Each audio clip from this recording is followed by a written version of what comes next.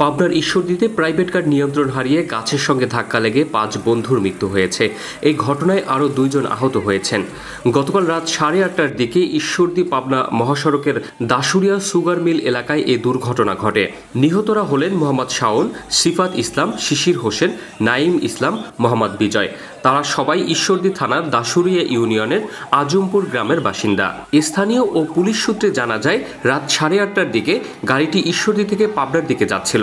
পথে Dasuria sugar mill এলাকায় পৌঁছালে দ্রুতগতির প্রাইভেট কারটি নিয়ন্ত্রণ হারিয়ে রাস্তার পাশে থাকা গাছের সঙ্গে ধাক্কা লাগলে প্রাইভেট কারটি দুমড়ে মুচড়ে যায়। এতে ঘটনাস্থলে ৩ জন আর হাসপাতালে নেওয়ার পথে আরও ২ জনের মৃত্যু হয়। এই ঘটনায় গুরুতর আহতদের উদ্ধার করে ঈশ্বরদী উপজেলা স্বাস্থ্য কমপ্লেক্সে নিয়ে গেলে কর্তব্যরত চিকিৎসক তাদেরকে রাজশাহী মেডিকেল কলেজ হাসপাতালে রেফার করে।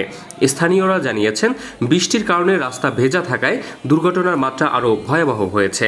ঈশ্বরদী হাইওয়ে থানার অফিসার ইনচার্জ বেলাল উদ্দিন জাহাঙ্গীর জানান, প্রাইভেট কারটি ঈশ্বরদী থেকে পাবনার দিকে দ্রুতগতিতে যাওয়ার পথে নিয়ন্ত্রণ হারিয়ে এ দুর্ঘটনা ঘটে। এই ঘটনায় পাকশী হাইওয়ে থানায় মামলা প্রক্রিয়াধীন রয়েছে।